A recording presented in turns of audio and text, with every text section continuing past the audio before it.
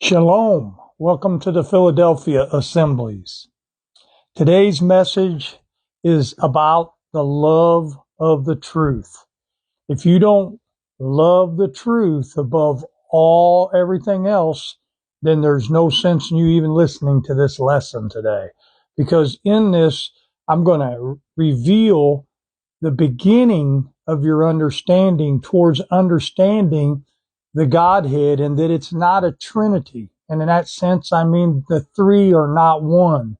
There is the Father, there is the Son, and there is the Holy Spirit, or the Ruach HaKodesh. And I'm going to reveal some words to you that you can relate and study. Now, before I get started with that, I'm going to read this one verse. Okay, it says in 2 Thessalonians chapter 2, verse 10, it says, "And with all deceivableness, or all deception of unrighteousness in them that perish." Now, if you've been deceived or you're believing a lie, you're going to perish in the white throne judgment. Because why? They receive not the love of the truth, that they might be saved. And again, we pray that you have the love of the truth. And the beginning of understanding is very important to understand the Godhead, okay? And if you're going to do that, you're going to need several tools, okay? One of them is an interlinear Bible, okay? This is the Green's interlinear, my favorite. There's many out there. You also will need a Septuagint, LXX, okay? And this is by Brenton, okay? And there's several other ones out there as well, Septuagints, okay? And the reason the Septuagint is so important, most people demonize the Greek, but the Greek was the last translation that we had by true Hebrew Israel, of those of Israel, okay? Yisrael, the last one. The rest of them were all translated or involved in the translation was the Roman Catholic Church. And that's where all the Trinity was born. It started in 321 AD at the Council of Nicaea. Okay, I'm halfway. So my wife's giving me that nod there.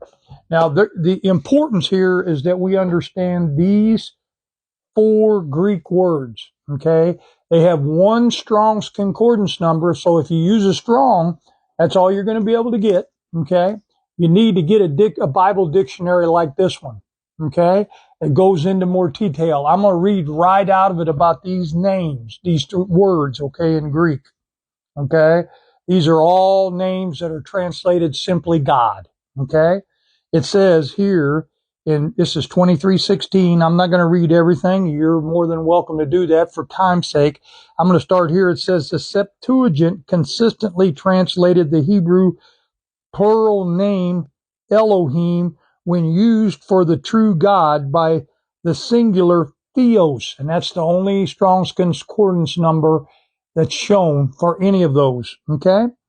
It says never by the plural theoi. Okay, so I wanted to hold that up. This one is theo. Okay, by itself, it just means God or mighty one.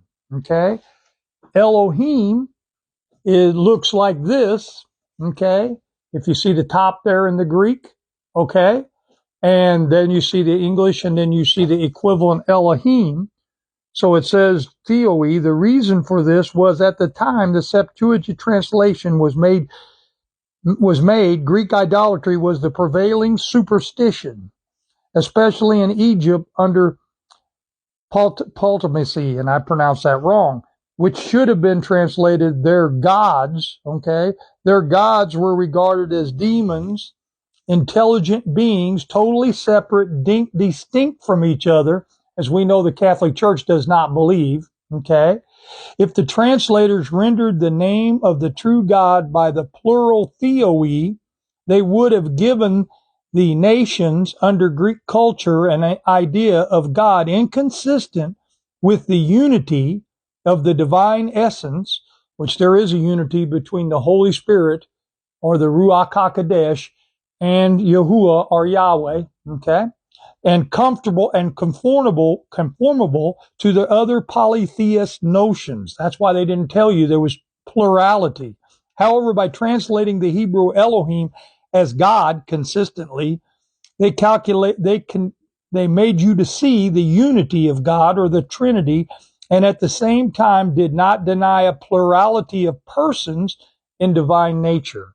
Now, that's theos. But theos, we continue on, it tells you here in Matthew 22 and 23, it says, in many instances, when the particular reference is made to God, or again, theos, okay, like that, the Father making the distinction in persons of the Trinity. So this word theos is talking about the Father in most instances, but it has to have this in front of it, okay? That's the signifier, or ho, okay?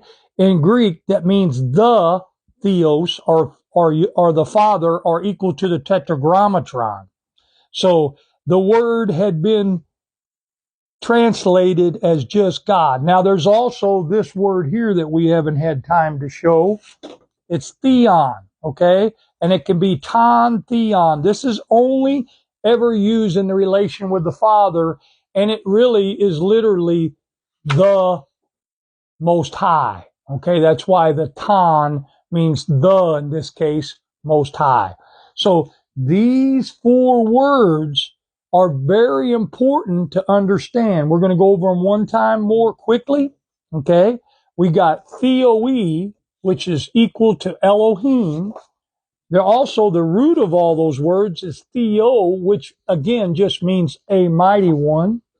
And then we have theos, that can mean a mighty one, or yhwh, singular, okay? And then we have theon, or ton theon, which is only equal to the Father and the Most High. When you begin to understand these words, you can then read this interlinear, but you have to go to the actual Greek, and then you start determining what word we're speaking of. We can understand much better. There's also one Greek word for all the translations that say Lord, and that's 2962 in the Greek. Okay? They have the same endings as these words have. So you could tell when Lord is talking about the theos, or yahuah, or Yahweh.